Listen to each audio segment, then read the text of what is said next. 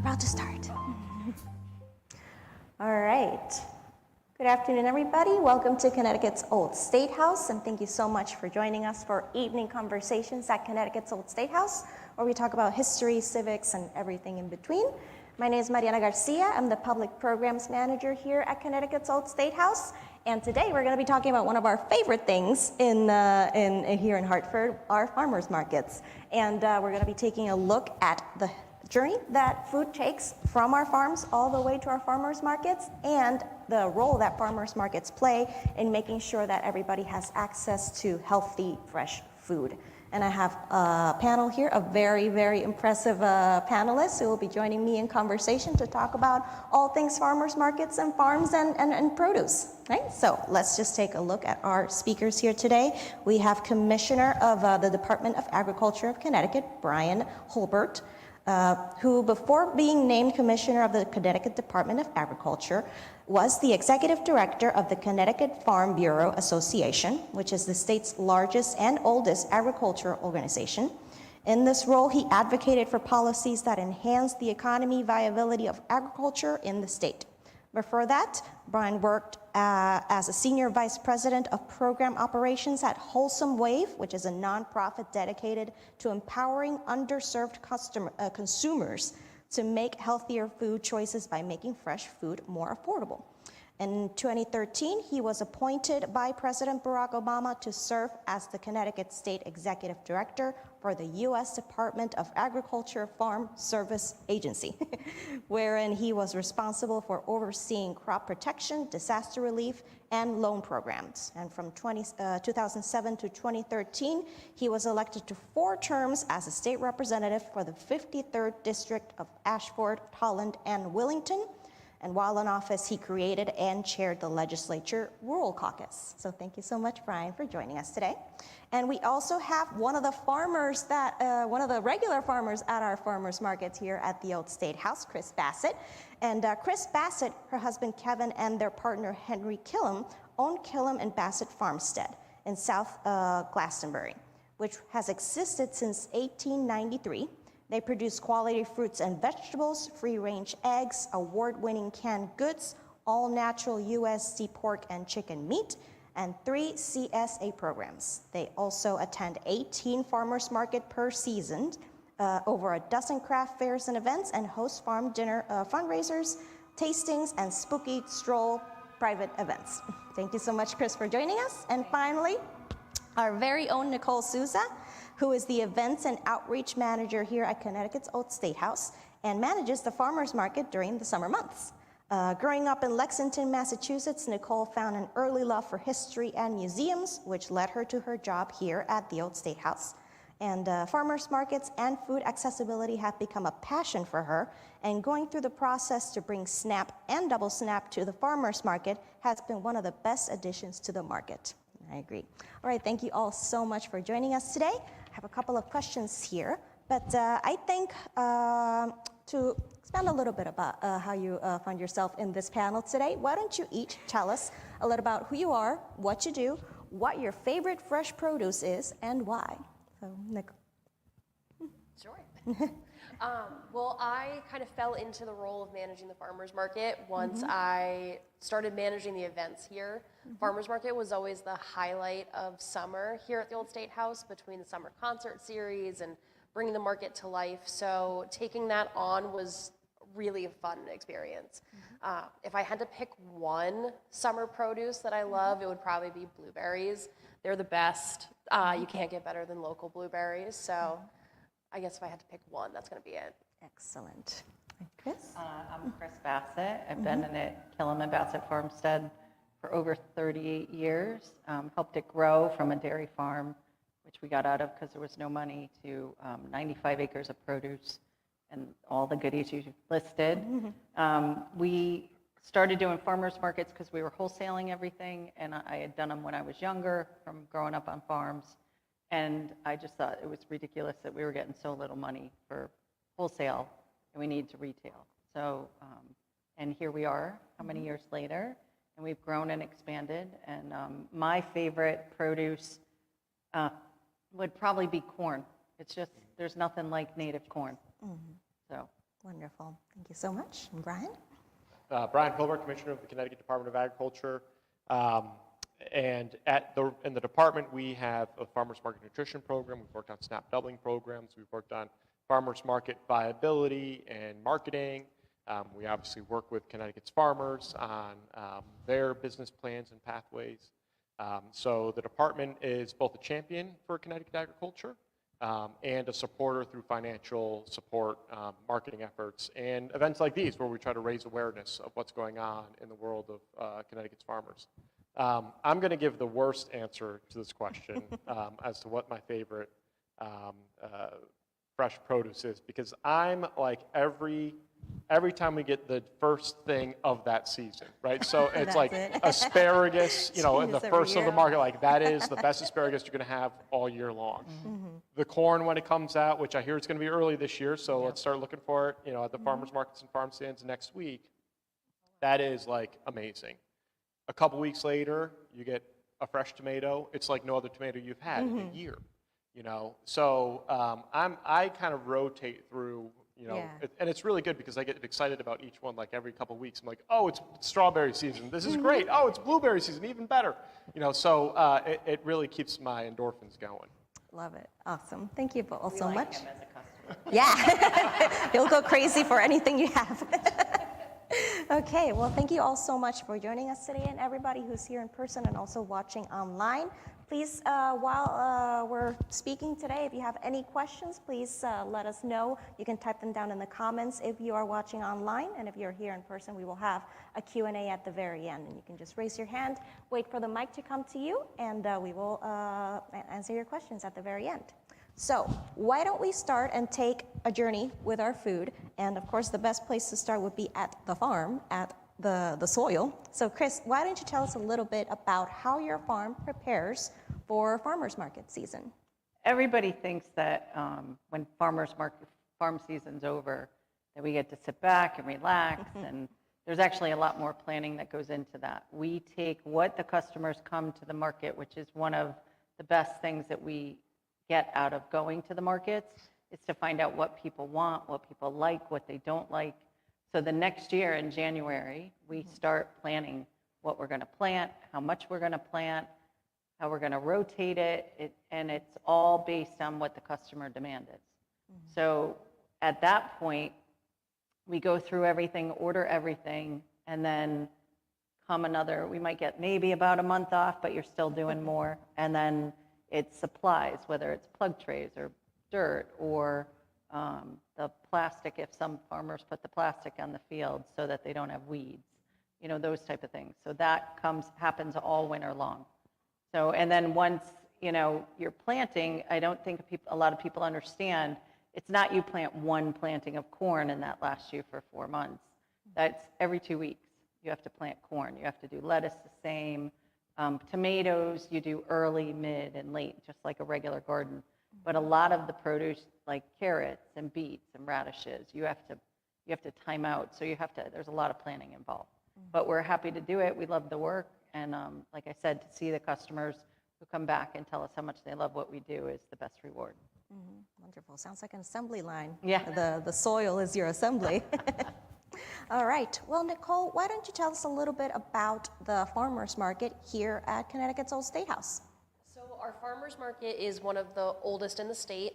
We date back to the 1640s, where the state, at that point it was the General Assembly, they decided that a market needed to be held, and this was the site. So we really love the idea of markets here.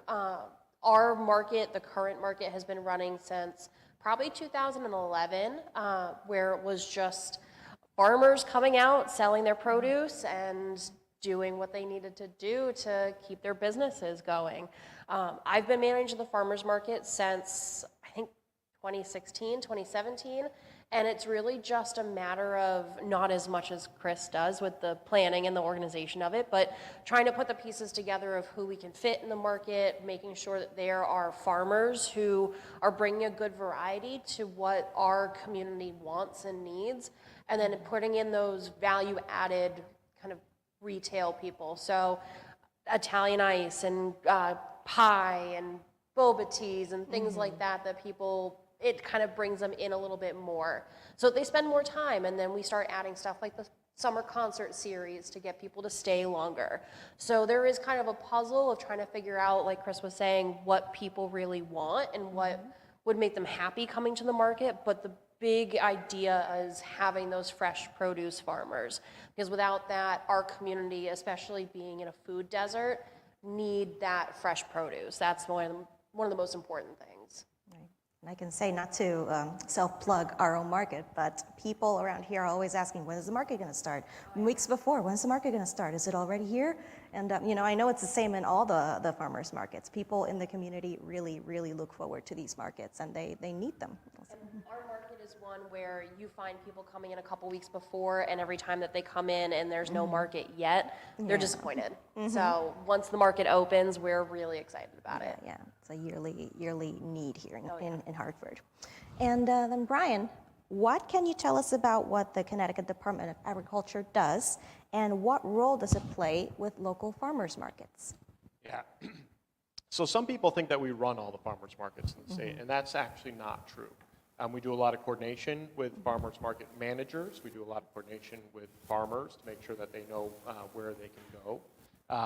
But the markets are individually run largely by volunteer market managers and market masters who spend a lot of time doing what was just mentioned, coordinating all of those efforts.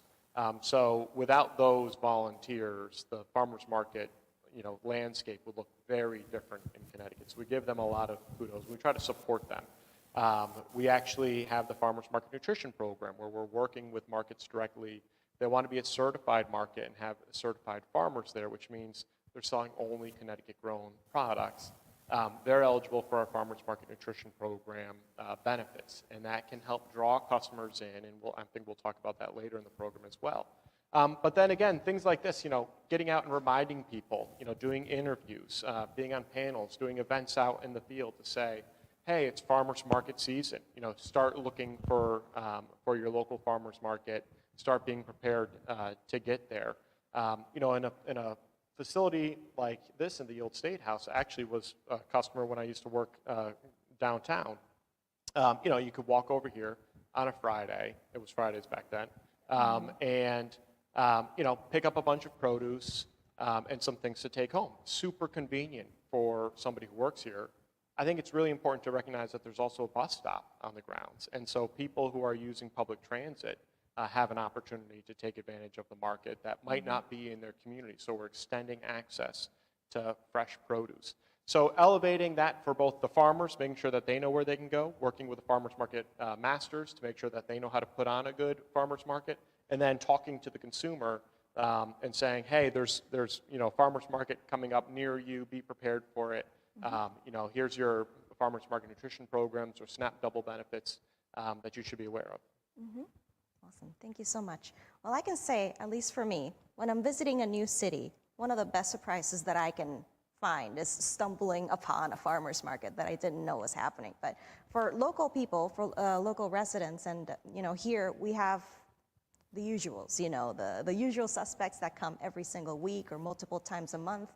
And, they're part of our community. We are part of their community. And, it's just a wonderful place, a wonderful central place that people can come. And aside from getting their fresh produce, it's just a meeting point, where you see familiar faces. So what, in your experience, how do farmers market help build that sense of community among local residents, especially in urban areas? I love our market regulars. I've actually become friends with some of our market regulars, and it's nice to see them every week, soon to hopefully be twice a week, because the farmers market is starting again on Tuesdays and Fridays, which will be really nice. And there are days where I don't see my market regulars, and I text them, "Are you okay? Everything all right?" Because it's something that's almost a nice habit.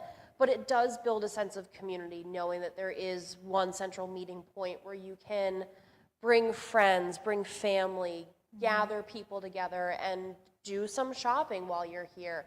And even if you don't do some shopping, it's a point where you can have that timing for us, speaking just for us, from 10 a.m. to 2 a.m. to just, here's your meeting spot. And everyone kind of knows where this is because we are so centrally located. As a farmer, it's, like I said before, the nice thing is we get to hear firsthand from our customers on what they like and what they don't like.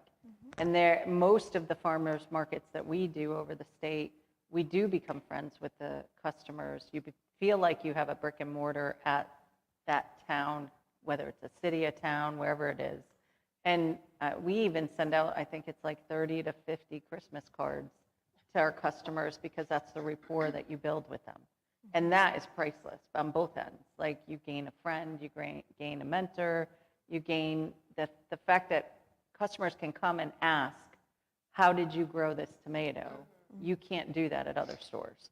And the fact that we can, if I have an employee here and it's not me or my husband or my kids, we're a phone call away and they know to pick up the phone and ask. Or if it's an heirloom tomato or what variety of tomato it is, or variety of corn, or, that it's a huge wealth of information that you have at your fingertips as a customer.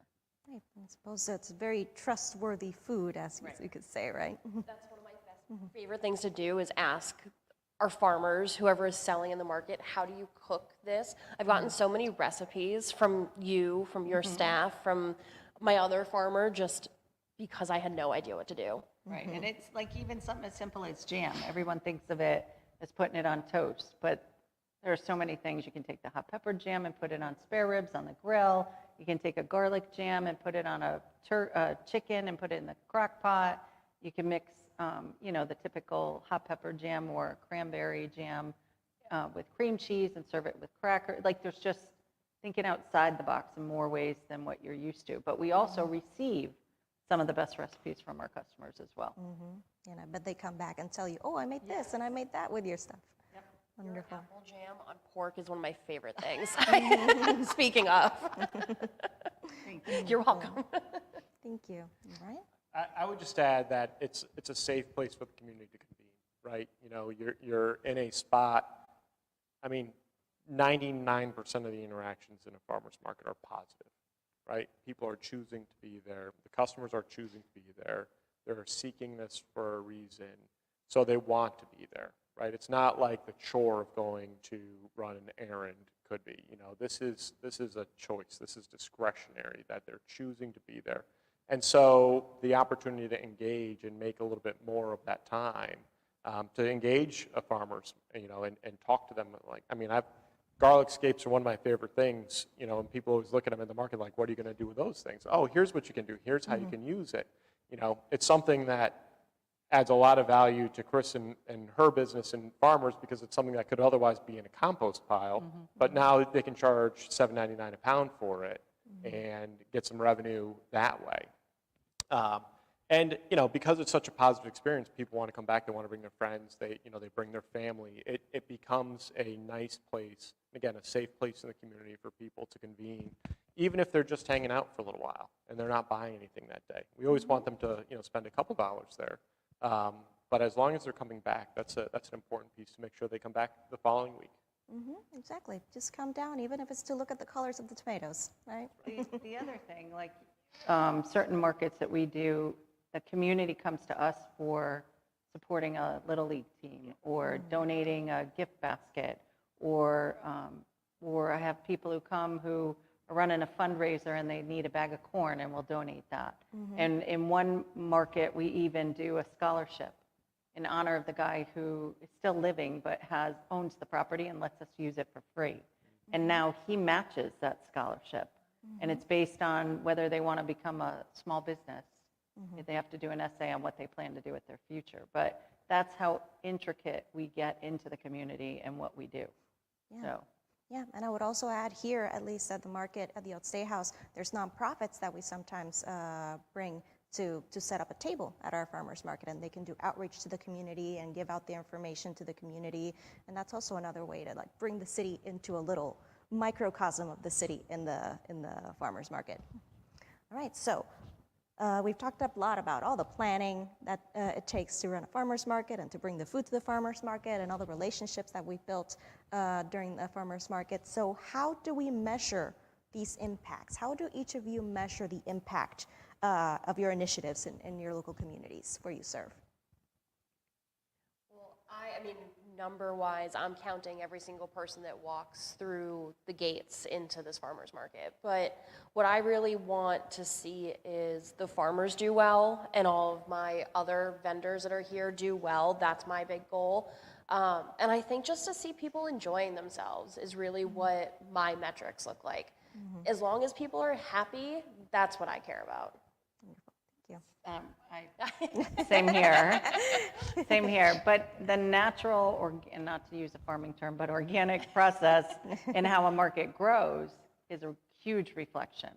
And there's a lot of bookwork that has to be done at the backside when the trucks come home. We do 2 to 4 a day, depending on the day, the markets. So at the end of the day, you have to make sure everything's ready for the next day and do the paperwork. And those numbers, we usually don't tally them till we always have the best intentions of doing it throughout the season periodically, but it never happens. So in January, we figure that out and figure out which ones work, which ones don't. But at the same time, it also, we had, when it was only checks and not the solely farmers market nutrition program, we would always try to work with the Department of Ag to make sure that our numbers match their numbers on what we turned in for any farmers market nutrition checks. But now with the solely program, it's a lot easier, so much easier. So.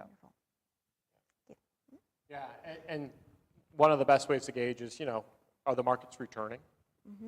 Is there a need or an interest from the community? Did that market come back?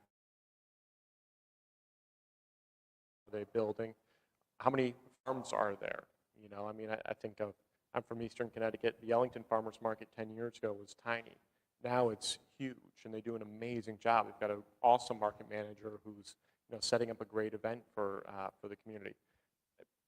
As a Tolland resident, they pulled some of the vendors from the Tolland Farmers Market, but I can encourage that and support that because in the end, it's all good business. And that one runs all winter. Yeah. So you have ones that are so good that they'll go just longer keep in the going. season. Farmers will keep going. Sorry to interrupt. No, that's a great point. And we do have a couple of indoor winter farmers markets so that people can, one, keep that connection with the farm, keep getting fresh local produce on their table. The other thing that we can measure is the farmers market nutrition program. And as Chris was saying, it used to be vouchers. There were $3 vouchers, and if you're a WIC enrollee or a senior, you could use those as coupons at the market. Really clunky, not the easiest for anybody to use. Not for the customer who wanted to buy their products, not for the farmer who had to redeem those vouchers. I mean, if you think about $3 vouchers over the course of a season that all have to be signed and stamped and taken to a bank, that's an administrative nightmare. And you hope you don't forget any, or they're not some in the truck. Right, they're not stuck on the back of the dash, or one flew behind the seat. Right, it's logistically difficult. So we actually last year we were one of 8 states to move to an electronic benefits program, and so from a business perspective, this is a lot easier for Chris to use because they're just swiping their card. 2, from a customer perspective, which I think from a customer perspective, we have to be cognizant of the experience that if you're rifling through your pockets, your purse, your backpack, and you're handing these large green vouchers, you don't feel great necessarily. And generally speaking, it was not the easiest experience for the user or, again, the farmer to take those.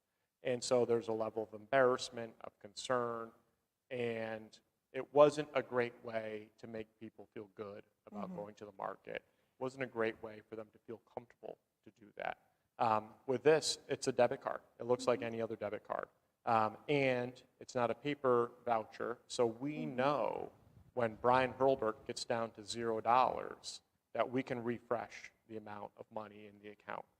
And we can send you an email. We can send you a text message to say, the markets are here, here's your local market, here are the hours. We didn't have any of that before. And so really proud that we were one of the few states in the nation to do this and then continue it this year. It's not perfect. We're still working out some kinks, but we're growing, and that's the most important part.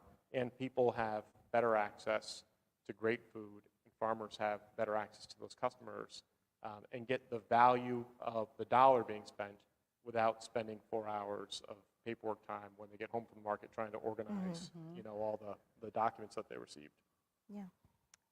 On that program, the other nice thing, and correct me if I'm wrong, the federal senior program we can accept honey when they can purchase honey. The women, infant, and children farmers market checks, you can't. So when you're out there and it's a real nice sunny day and you've got light blue checks from the seniors and you've got light green or even the pink, I have to tell you, when you're out there in the sun and you have your glasses on or you don't, sunglasses, you really have to read the fine print. So it's time consuming. We scan that QR code, it comes right up and it'll tell us they can buy eggs, they can buy produce. If there's no honey tab, they can't get honey. So right away, and we have to put in there if they bought honey, how much it was, how much they bought in produce, and how much they bought in eggs, if that's relevant to them. So it was a much easier way to process, because we were always nervous that we would make the wrong sale, and we didn't want to do that. So. And then also, too, you can see people, that relief that they don't have to do the math to get to a $3 increment. Right, that which was huge. It was so hard, and I know, I've hopped into your tent sometimes to help out when it gets really busy. Yeah, $1 more. And it's so hard to say, well, you need 2 more ears of corn, 2 more tomatoes, 1 cucumber, whatever it could be, when they don't really want it, but you can't give change. Right. You have to do the math, and I know. And we never want to short anybody on Right. the program. So having that card that you can just, here, I want to use this much, is such an easier time for, I think, just everybody involved. Right. I agree. Wonderful. Thank you. All right. So how about for local businesses? Can you tell us about the impact that farmers markets can have on local businesses close to where their I got this one. A lot of the I just went down in Old Saybrook last week to hand out posters to remind people that we were opening this Saturday. And the businesses, the people who are in the businesses, we took 2 hours to hand out 150 because it's a pretty big town. And every time we went in, whether it was the person working, the person owned it, the customers who were there, oh my God, it's opening finally this weekend, oh, we've been waiting. And a lot of the businesses, especially, it draws people to buying at the market. They come, they might go to lunch, they might do some shopping across the street or in the area, and then come and buy the produce and go home for the day. Or if it's a nice day, they might buy it ahead of time. But it's an experience. It's not just come down to the market and leave. So I think it's a good economic plus for the area that the market's in. And I know, at least for the market manager side of this, being here in downtown Hartford, we're surrounded by buildings. And whether it's apartments or commercial properties or businesses, whatever it may be, I can sit in my tent where I'm managing the SNAP and doubling SNAP and watch someone come from across the street, come over, buy their produce, and go back across the street. Or leave one of the businesses on the other side and come over and come back. So you start to see the same badges over and over of the travelers or the state employees coming out on their lunch break, taking that hour walk, whatever it may be, and then you start to see them come with more and more people. So they're bringing their friends, they're bringing their coworkers, they're bringing whoever they live with in their apartment, and it's nice to see that. Because even Travelers had a holiday craft fair that they did in November for years, and we did that craft fair. And then those people who were at that craft fair, they'd show up here, and I'd be like, blueberry hot pepper guy, or, So they were like, hey, you remember, because you just get to know your customer. So it definitely draws in people who are working and maybe would have stayed indoors all day, but they come out, and maybe they'll go to another store in the area while they're out. So. Exactly. And I've had people working at State House Square whose windows face our plaza where the farmers market is, they'll start eyeing their windows on Fridays. And as soon as they see the tents pop up, they're outside ready to go and go shopping. They watch and they wait. Wow. Feel watched. Yes, for sure. I'll just add, because I think those are great answers for the local immediate impact. But I'll share another piece of that, which is when you're investing in a local farm, that farm is paying their employees. Those employees are going out to the local restaurants. They're buying gas at the local gas station. They're investing in the local community. So each dollar, not only is it, I'm buying a cup of coffee on my way to the market, or I'm stopping for lunch, or some other, walk downtown type of activity, but each dollar that you're spending at the market gets reinvested in your community. It's generally 5 to 6 more times. So, the economy of the market and the economy of investing in a small business like a farm is tremendous for your community. And that's something that you just don't see when you're buying your produce somewhere else. Right.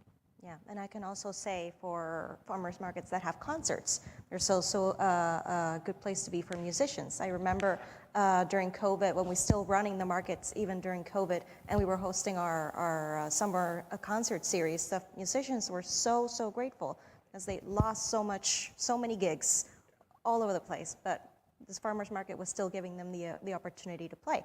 And yeah, it's just wonderful that we also, it's not just farmers, it's musicians, all sorts of people that can get a lot of benefit, economic benefits out of farmers markets. Okay, so this question is more towards Bryan and Nicole, but Chris, if you have something to say, please. So many people might still consider going to a farmer's market as something of a luxury, I think. And but how do you think that farmers markets can actually help ensure and help equitable access to healthy food? You've got the first experience, so I'll follow up on yours, because you guys do an awesome job here. Well, I can see directly, at least where we are in Hartford. Hartford is a food desert. Some sections of the city is a quasi-food desert, which means that you have access to food, but it's not the easiest to get to. Where we are in downtown Hartford, where there is no grocery store, there's no market that you can go to really quick, it's hard, and you would have to rely on some sort of door delivery service, whatever it may be, to get your produce. So to see a farmer's market across the street from your home or easily accessible by a single bus route instead of having to transfer multiple bus routes, which does play into the whole food desert calculation, is a huge difference for people. Especially where it's literally picked that morning or the night before, depending on what it is, and loaded up and ready to go, that you can guarantee you're getting something as fresh as you possibly can without growing it yourself.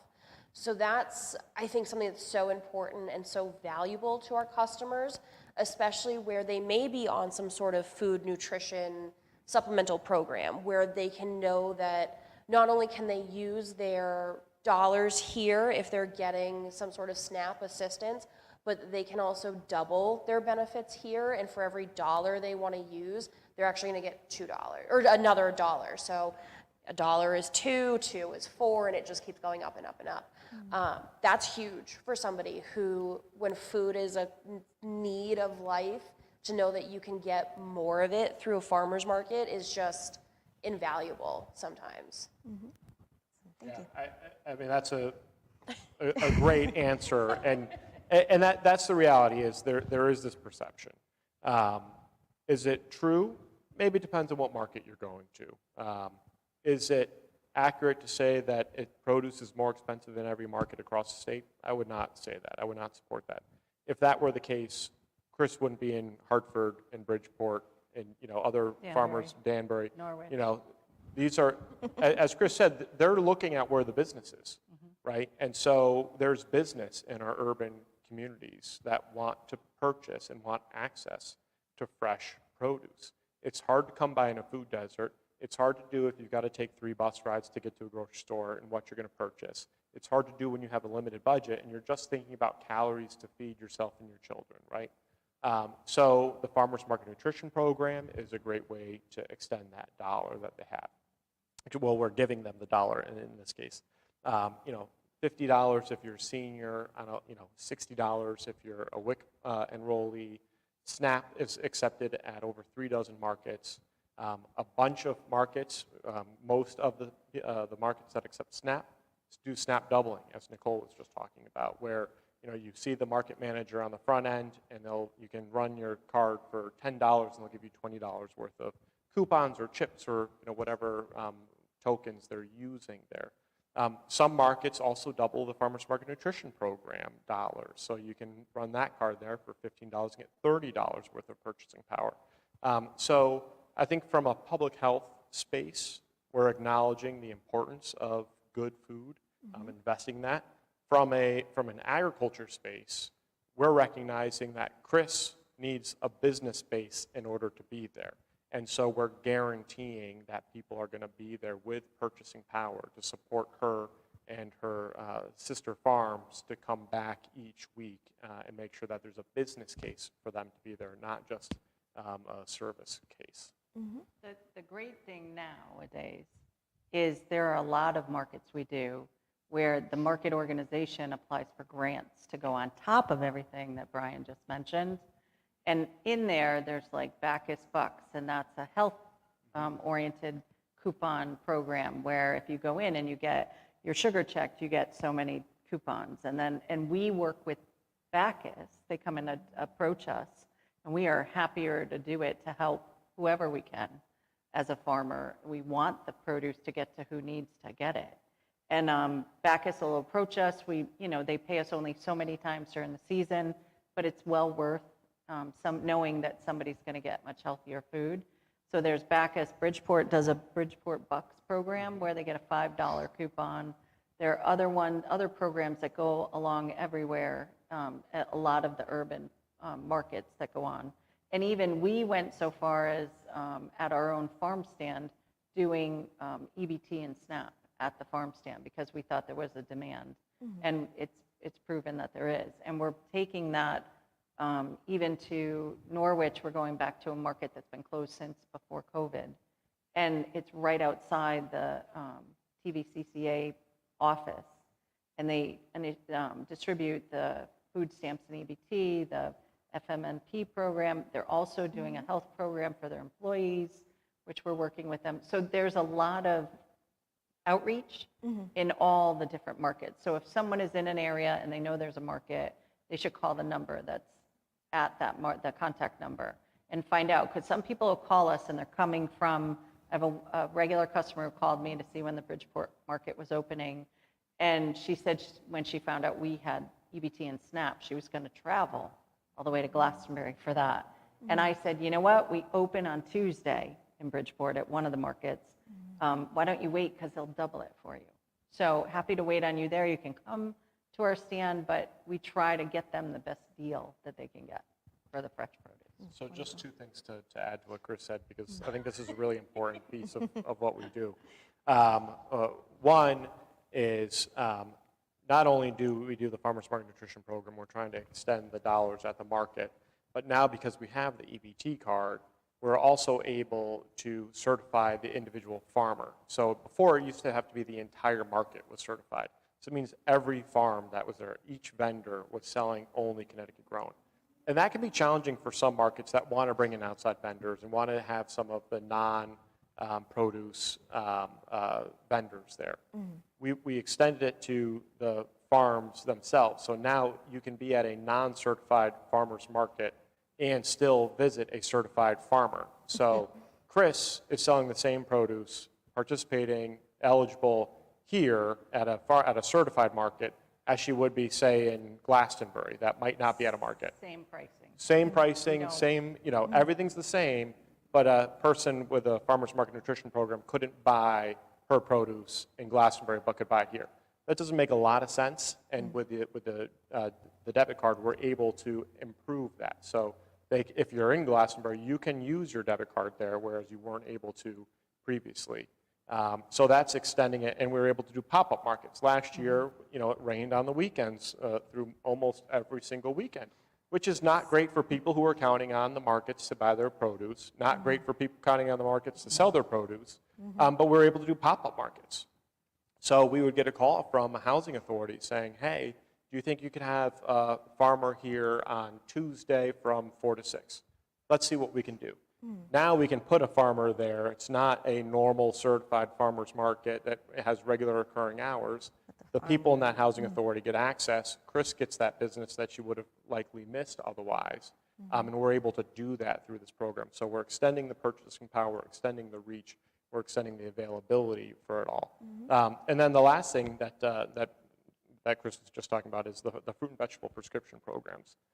People who are at risk for diabetes or who have diabetes, who need to better control their diet, who might not have the availability to buy fresh produce, working with healthcare partners or local community organizations, they can purchase, the community organization can purchase basically a CSA box, and we call it our fruit and vegetable prescription, and then that individual can go there so that they can better manage their condition and get access to the food that they need to do it. Because as we know, diet drives a lot of these things. Wonderful. All of these things is not usually what people associate with farmers market. I suppose people just think of cute little tote bags going to get your corn and your tomatoes. But it's so important for people to know and understand that all of these services and all this accessibility exists, right? So you mentioned the rains just a moment ago, Bryan. And Chris, I'm so sorry to bring it up, but I was wondering if we could maybe talk a little bit about the awful rains that we experienced last year. Because I seem to recall that there was quite a bit of crop loss associated to those. So I was just wondering if you could tell us a little bit about how recovery is going and also how you manage disasters like that and other noteworthy logistical. Well, it certainly came out of left field. We'd never seen anything like that before. The Department of Ag, the communities, all came together, and I have to tell you, heartfelt thank yous out to all our customers, the Department of Ag, a lot of legislative people. They all came together and supported us. It was an outpouring. I still get goosebumps over it because it's just amazing how people come together at a time when people are suffering. And across the board, anyone who is on the Connecticut River Valley or anywhere in Connecticut with all the rainfall, the frost, two frosts that we had. You try to only minimize it, but it doesn't work. But, you know, already in debt and you don't want to borrow more money, but you hope the bank will give you more money to start off the new season.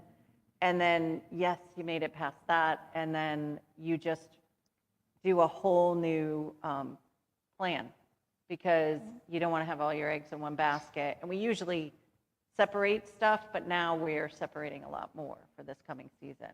We've cut back on the spooky stroll and some other stuff we've done because we want to focus more on how we can make things better for the upcoming year in case we have any issues like that. So it's more, you know, you tighten the belt, you know, stand up and just trudge through and make it work. And like I said, we couldn't do it with the amount of without the help of everybody here and the customers themselves. Well, and I think, you know, Chris's farm has been a farm for over almost 130 years, right? It's a member of that community. And as Chris was saying on the front end, you know, they do scholarship programs. They donate to their local charities. They support their local organizations. And what was really tremendous was that in a time of need, all those organizations that have been the beneficiary of a lot of what Connecticut's farmers have been giving over many, many years were able to give back. And there were all sorts of programs across the state to help out farmers and to try to raise awareness of the challenges that were happening. Last year, as Chris mentioned, we had a deep frost freeze in February, which damaged a lot of the peach crop, which is a very valuable crop for Connecticut farmers. We had a frost freeze the third week of May, which we were just getting ready for strawberry season. It damaged strawberries, blueberries, raspberries. A lot of the vineyards experienced damage. And so In response to that, a number of farmers that have orchards said, well, let's plant more field crops, right? We're going to have a down year on strawberries or peaches, so let's get in the field and do more field crops, tomatoes, peppers, eggplant, corn, squashes. And then the floods came the second week of July. And at that point, Chris and Connecticut Farms have invested so much money, right? You've got to do all the things she was talking about in July, February, March, April to get ready. You're spending money on equipment, you're spending money on labor, you're spending money on fertilizers, pesticides, working the fields. And in July is really where a lot of that starts to come in, that production starts to come in, and that's where they start to build back, their revenue and pay off debt. So when that happened, that just puts a hard stop. And sometimes those things can be recoverable, just like the frost freeze in May. People are like, okay, well, can we pivot? And then it just didn't stop raining. I mean, it was something like, 18 of 22 weeks from July to December, it rained, and we're not talking a gentle, nice, sprinkle of, a half inch every couple days that saved Chris, from irrigating. We were torrential rains that kept the fields wet, that put mold out in the fields and created a lot of challenges to manage pests and disease, to get out and work the fields. It also meant that people weren't coming to markets because that experience in the rain is not the same on a beautiful sunny Saturday in October. And so a lot of Connecticut farms manage their risk by growing different things during the different seasons to try to balance their revenue. And last year was kind of a complete washout of that management system. And so, nobody's more optimistic than a farmer. And, she's back at it. Her family's back at it. Her employees are back at it. But what we've done at the department side is, the governor challenged us this when we were at Chris's farm last July to talk about, the impact of what Connecticut consumers could do to support their farms and what we were doing as an agency. The governor challenged us and said, we can't do this every year, so what investments can we make as a state to help prepare farms for this if it happens again? And we released a farmland restoration flood response grant in August. So as quickly as we could, not as quickly as some of us would have liked, but as quickly as we could, we pivoted and said, okay, can we get some money out there? We had the climate smart agriculture grants that we released this year to help farms build the resilience and infrastructure to deal with the weather events like we've been receiving. This is my 6th year as Commissioner of Agriculture. In my first 5 years, every single year we asked for a disaster declaration from USDA. The weather events are getting more severe, and that goes both ways. When it's dry, it's drier for longer. When it's wet, it's wetter. And so, your intense, 3 to 5 inches of rain on a Saturday didn't happen 20 years ago. And that's not out of the normal anymore. We've had droughts, we've had floods, we've had too much rain, we've had late freezes. And so if we want farms to be in business for the next generation and the generations following, we need to help them invest to make sure that they're set up to handle as much of this impact as possible. I'm recognizing that we can't tell Mother Nature what to do, but can we kind of balance what the farm needs in order to be successful with what's coming at them? Right. Plan for the worst and hope for the best. Yeah. Right? Every year. Yeah. Okay. Well, let's see. We are just running a little bit short on time, but why don't we talk a little bit about, Brian, what upcoming projects or initiatives is the Department of Agriculture working on in order to Well, we just, last week we were at Oak Ridge Creamery with a ribbon cutting. And Oak Ridge Dairy is a 130-year-old dairy in Connecticut. They're one of the largest in the state. And we were announcing they're processing their own milk. So very significant investment to do that. And what we're seeing is that if we can help farms invest in value-added product, that gains a lot of money for their revenue. When I was in the legislature, I got known as the pickle bill guy, and this seemed like a joke, right? That was everybody does that. It's a great bill. I needed you walking behind me every time for that year, Chris, because people are like, oh my God, it's the pickle bill. Well, here's the economics behind a pickle bill. You know, at the height of the season, Chris is giving away cucumbers for like $3 a buck, right? I mean, it is like, you know, because she's got to move them because you can't keep them forever. How much do you sell your pickles for, Chris? $10 and $15. I'm sorry, say that again at my microphone, please. $10 and $15. Exactly. So A the jar. same cucumbers that you were selling fresh? Yeah. Amazing, isn't that? Right. So what we're doing is we're taking something that's got a limited shelf life and a limited value, and we're investing a little bit of money and time and energy, and we're getting a much longer shelf life, and we're getting a much higher value. Which has expanded my season so that I can do the Christmas holiday fairs, or just even in the winter, spring fairs, maple festivals we do over 17,000 jars of jam a year. And that's just the jam, not to mention all the other stuff we do because of the pickle bill. Just pickle everything. Right? I mean, it seems kind of funny, but the economics of it are serious. And so when you're able to do that for a cucumber or for hot peppers or for your apple jam, like all of those things add up. And now you're taking a short shelf life and you're growing it. So we've been investing in value-added processing.